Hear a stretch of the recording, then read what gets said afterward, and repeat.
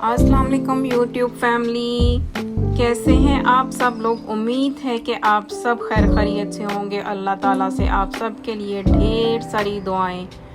अल्हम्दुलिल्लाह मैं भी ठीक हूँ। ये मेरी वीडियो मैंने 1 माह से रेडी करके रखी हुई है, लेकिन कुछ ऐसी मसरूफियत हो गई कि मैं इसको अपलोड नहीं कर सकी। मुझसे वॉइस ओवर नहीं हो पाया इसके ऊपर। वीडियो तो रेडी थी, वॉइस ओवर की वजह से लेट हो गई।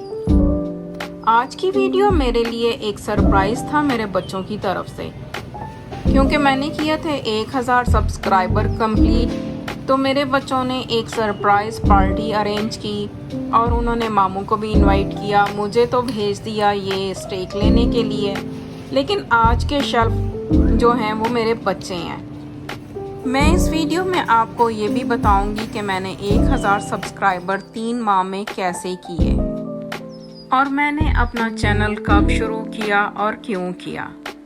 इसके साथ साथ आप देखें, मैं ये स्टेक लेने गई थी बच्चों के कहने पे, क्योंकि उनको अभी मीट तो बाय करना नहीं आता। तो वहाँ पे मैंने ये रेड कलर की डेट्स देखी जो मैंने आपके लिए रिकॉर्ड कर ली। और मैंने साथ में बनाया था हलीम बीफ का, क्योंकि मामू आ रहे थे फैमिली के साथ। तो मैंने सोचा कि अब बच्चों पे क्या रिलाय करना। बच्चे कहते थे कि मामा हम खुद कुकिंग करेंगे, हम स्टेक बनाएंगे, पास्ता बनाएंगे। लेकिन मामू और उनकी फैमिली का करके मैंने फिर भी, हम जैसे माओ का होता है ना, कंट्रीब्यूट थोड़ा सा ज़रूर होता है, हम अपनी ज़रूर अजारादारी रखते हैं। तो मैंने बनाया था हलीम बीफ का, और इसके साथ साथ मैंने बिहारी कबाब भी रेडी किए, जो मैंने मसाला लगा के ऑलरेडी फ्रीज़र में रखे होते हैं। लेकिन ये मैंने बिला वजह ही एक्स्ट्रा काम किया। हम माओ के बड़े मसाइल हैं कि हम अपने बच्चों पे ट्रस्ट नहीं करते। मुझे था कि स्टेक और ये पास्ता पता नहीं मामू खाएं ना खाएं या मामी खाएं, या फिर ऐसे कि बड़ों को थोड़ा सा रोटी सालन का होता है। तो मैंने तो कोशिश की थी कि मैं पास्ता भी खुद बना देती, लेकिन बड़ी फ़नी हरकत हुई कि मेरा बेटा पैन उठा के आगे आगे भाग गया। मैंने उसको पास्ता बनाने के लिए अभी पैन रखा था, उसमें प्याज वगैरह डाला था, तो वो पैन उठा के आगे आगे भाग गया, कहता डोंट टच इट। तो मेरा जो छोटा लिटिल शेफ़ है उसने स्टेक बनाई, उसी ने पास्ता बनाया, बाकी बच्चों ने सर्विंग और क्लीनिंग इस तरह के काम किए थे। तो इसके साथ साथ मैंने अपनी जो कोशिश की उसको टच करने की, लेकिन वो बोलता है कि मामा जैसे आप किचन में जब काम करते हो मैं अलाउड नहीं होता, इसी तरह से जब मैं किचन में हूँ आप अलाउड नहीं हैं। अब वो तो स्टेक जब बनाता है एक घर में तो धुआं कर देता है, हमारे तो फायर अलार्म बोल पड़ते हैं।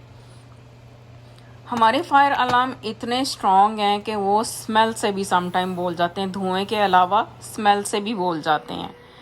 तो उसके पकड़ के बंद करना पड़ता है। उसकी एक पिन सी होती है, ब्रूम के साथ हम उसको ऊपर पिन दबाते हैं। आप लोग भी सोच रहे होंगे कि ब्रूम ही क्यों, क्योंकि इतनी जल्दी वो बोलता है तो कुछ और नहीं मिलता हमें। तो हमें एक कोई स्टिक चाहिए होती है जिसके साथ हम उसको प्रेस करते हैं। मैंने कोशिश की कि मैं कोई आपको वीडियो शायद पुरानी पड़ी हो फाइंड करके दिखाऊं, लेकिन हाँ इंशाल्लाह फिर कभी दिखाऊंगी ऐसा कि ये क्या तमाशा होता है।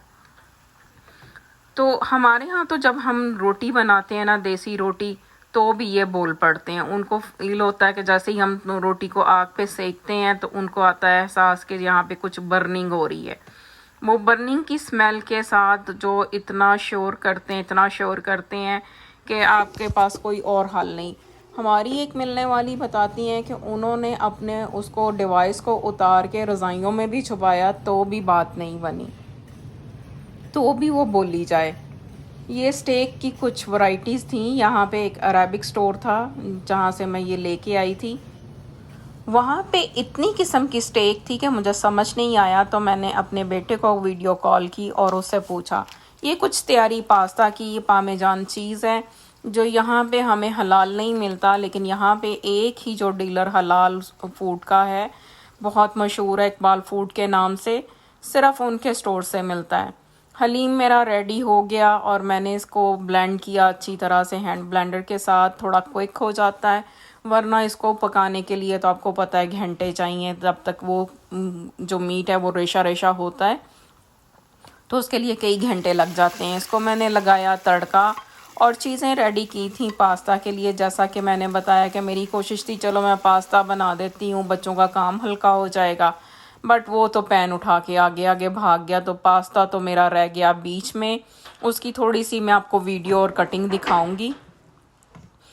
और मैं आपको बता रही थी कि फायर अलार्म बजने की वजह से मैंने उसने ज़्यादा स्टेक्स बनानी थी बेटे ने, तो मैंने उसको बाय करके दिया अमेज़ोन से स्टोव, और हमने रखा बाहर उसको टेबल पे और वहाँ पे की cooking. How much am I making? उसकी हाफ ही आप कर लो, I'm gonna make all of it. फिर आपको भी ड्राई हो गया मम्मा। थोड़ा सा मैं वॉइस ओवर करने से चुप की थी ताकि आप सुन सकें कि हम माँ बेटा कैसे बातें कर रहे हैं। बड़ी मज़े मज़े की हमने लड़ाई की, बड़े मज़े मज़े के हमने खाने बनाए, बहुत मज़ा आया। ये पास्ता बनाता है बिल्कुल गोरा स्टाइल में, ताज़ा बॉईल करता है, ताज़ा उसकी सॉस बना के उसके अंदर डालता है, तो वो अच्छा होता है, एक लिक्विडी सी उसकी सॉस होती है। अदरवाइज़ अगर हम बना के जैसे रख देते हैं और थोड़ी देर के बाद खाना होता है तो वो बिल्कुल भी जो है लिक्विडी उसकी सॉस जो है ना ड्राई हो चुकी होती है, वो बिल्कुल टेस्ट नहीं देता। तो बच्चे तो यहाँ के आधे गोरे आधे देसी हैं, तो वो इटालियन स्टाइल का गोरा स्टाइल का पास्ता उसने बनाया था, बहुत मज़े का पास्ता था। और ये देखें आपके सामने वो रेडी कर रहा है। इसके बाद बाहर जाके उसने स्टेक भी बनाई थी। तो मैंने आपको बताया कि मैं जैसे कि मैंने किए थे 3 महीने के अंदर ही 1000 सब्सक्राइबर, तो इसके लिए मैंने कुछ ऐसा तो नहीं किया, आप इसको किस्मत भी कह सकते हैं। मेरी 2 वीडियो बहुत ज़्यादा वायरल हुई थी और मुझे नहीं पता, अल्लाह बेहतर जानता है कि मैंने तो ऐसा कुछ नहीं किया उसमें। मुझे तो वीडियो सेट करनी भी नहीं आती थी, ना उस पर कोई टैग्स लगाने आते थे, ना उसको कोई उसका टाइटल बनाना आता था।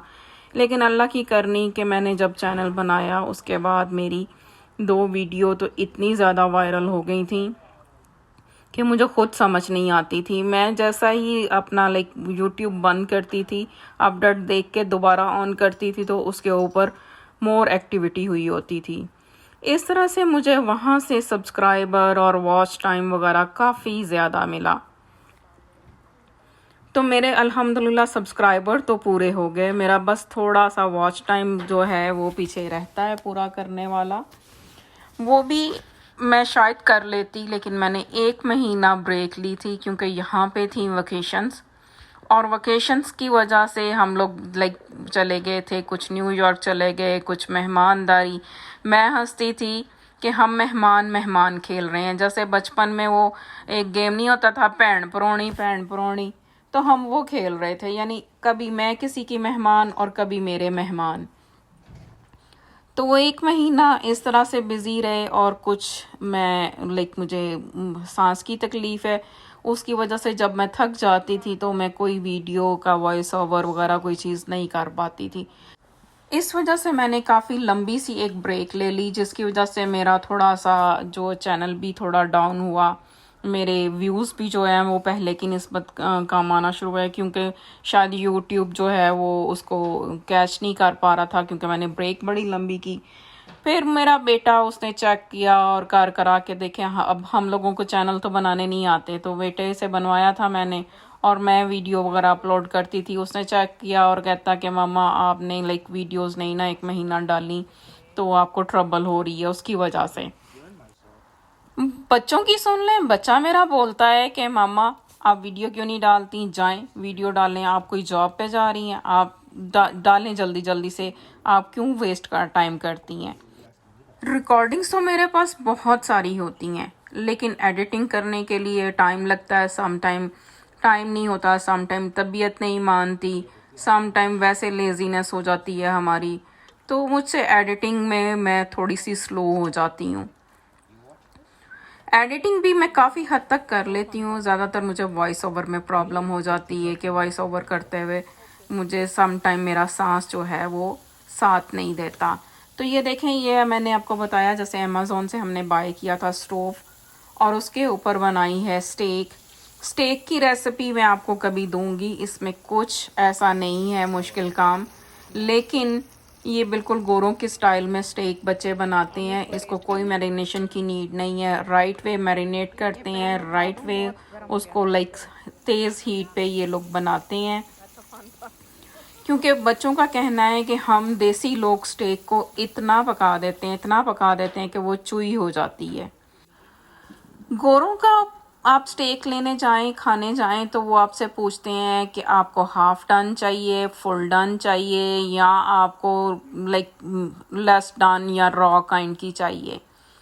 अजीब सी बात है कि बच्चे कहते हैं कि जो स्टेक होती है ये मीट आप रॉ भी खा सकते हैं, यानी आप इसको कच्चा भी खा सकते हैं, लेकिन हम लोगों को तो जब उसके अंदर ब्लड या उसका वो जो पानी सा निकलता होता है नज़र आता है, हम लोगों को तो एहसास होता है कि ये तो कच्ची है, हम नहीं खा सकते। पता नहीं, एक हमारी अजीब सी बचपन से एक साइकी सी बनी होती है, हम इसको कच्चा समझ के वो छोड़ देते हैं। लेकिन बच्चे ने हमें ये स्टेक बना के खिलाई और उसने बोला कि जैसे मैं बना के आपको खिलाऊंगा आप लोग वैसे ही खाएं। हमने बिल्कुल हाफ टन तो नहीं खाई, लेकिन थोड़ी सी ज़्यादा। मैंने उसको बोला सब बड़ों के लिए आप थोड़ी ज़्यादा डन करके दो। ये स्टेक बनाने के बाद लाइक उसको पकाने के बाद एक प्लेट में रखता है और उसको रेस्ट टाइम देता है और बोलता है कि डोंट टच इट। जब तक उस स्टेक को रेस्ट नहीं मिल जाता तो कहता है कि डोंट टच इट। क्योंकि मैंने बड़े बड़े शेफ्स को देखा यहाँ पे, वो लोग ऐसा ही कहते हैं कि स्टेक का फ्लेवर जो एक उसको डेवलप होने में टाइम लगता है, उसको रेस्ट चाहिए होता है। मुझे यहाँ पे रहते 23 इयर्स हो गए और मैंने यहाँ पे जब मैं आई थी तो कोई ऐसे चैनल्स वगैरह नहीं होते थे, इंटरनेट की ऐसी सहूलत नहीं थी जो आजकल है, और कुकिंग का भी बहुत सारी चीज़ें जो हमने गोरा स्टाइल की सीखी थी। तो हमने फूड नेटवर्क के नाम पे यहाँ पे एक चैनल आता था, तो मैंने ये गोरों की स्टाइल की कुकिंग वहाँ से बहुत ज़्यादा देखी और सीखी। मुझे याद है कि हम लोग जब आए थे तो पिज़्ज़े का पाकिस्तान में तो बिल्कुल ट्रेंड नहीं था। पाकिस्तान में तो पिज़्ज़े को एक वो नान सी शक्ल और वो हुआ होता था कि एक मोटा सा नान होता था, उस पर कीमा लगा होता था और चीज़ लगा होता था, और वो मिठाइयों की दुकान से मिलता था। पिज़्ज़ा शॉप का तो मैंने कभी सुना भी नहीं था। तो हम यहाँ पे आए, हमें पिज़्ज़ा बहुत अच्छा लगा, अट्रैक्ट किया। ये देखें प्लेट में वो रेस्ट दे रहा है उसको, स्टेक को, फिर उसके बाद चेंज करेगा। तो मैं आपको बता रही थी कि हमें जब यहाँ पे पिज़्ज़ा और उसका फ्लेवर अच्छा लगा, तो हमें अब बनाना नहीं आता था, समझ नहीं आती थी। तो मेरे हस्बैंड के कोई जानने वाले थे जिनकी पिज़्ज़ा शॉप थी। मैं और मेरी फ्रेंड वहाँ पे उनके साथ बात करके हम लोग गए उनके पिज़्ज़ा शॉप में, और उन्होंने हमें, वो बोलते हैं, कहते हैं हम तो बल्क में लाइक पिज़्ज़ा डो बनाते हैं और हर चीज़, लेकिन उन्होंने हमें वो डो बनाना थोड़ी सी क्वांटिटी पे सिखाया, और फर्स्ट टाइम पिज़्ज़ा उन्होंने हमें बनाना सिखाया था। उसके बाद हमने घर में बहुत प्रैक्टिस की, बहुत दफ़ा ज़ाया किया, बहुत दफ़ा फेंका। अल्हम्दुलिल्लाह यहाँ पे इतना होता था कि हम लोग वेस्ट कर सकते थे फूड को अपने एक्सपेरिमेंट्स के ऊपर, वरना पाकिस्तान में तो हालात ऐसे होते हैं हर घर के ज़्यादातर कि आप वेस्टेज नहीं कर सकते किसी चीज़ को। तो ये स्टेक्स तो हमारी रेडी हो रही थी, हम लोगों ने खाया, थोड़ा सा बाहर का एटमॉस्फेयर। ये एक्चुअली कोई इतनी बड़ी पार्टी नहीं थी, ये जस्ट फैमिली गैदरिंग थी, फैमिली पार्टी थी जिसके अंदर हम लोग थे और मामू की फैमिली थी। इन्होंने अपने कज़न भी इनवाइट किए थे, लेकिन वो नहीं आ सके, बस एक कज़न को बाद में पिक करके लाए थे। थोड़ा सा मेरा बैकयार्ड और मेरा टेबल, और ये मेरे बिहारी कबाब और हलीम, और ये मेरे बच्चे का स्टोव। और उसने अपने लाइक कज़न को लेके आया था बाद में पिक करके, वो मूविंग की वजह से सब तो नहीं आ सके, तो कज़न को पिक करके लेके आए थे। तो उसने उसको फ्रेश स्टेक बना के दी। उसका कहना था कि जब मैंने बाकी सबको फ्रेश स्टेक जो है सर्व की है, तो मैं अपने कज़न को भी फ्रेश ही सर्व करूँगा। तो ये अब उसके लिए फ्रेश स्टेक बन रही है, पास्ता दोबारा से सॉस बनी, रिफ्रेश हुआ, उसके अंदर लाइक जो हमने बॉयल करके एक्स्ट्रा रखा हुआ था उसको बनाया और उसको कज़न को पेश किया मेरे बच्चे ने। After this, you want another one? Let him try this one first. Then we can make another. If you don't like it, I'm making a bagel and you're calling it a night. Then we will give him a dal, Ali. I eat dal. I will gladly eat dal.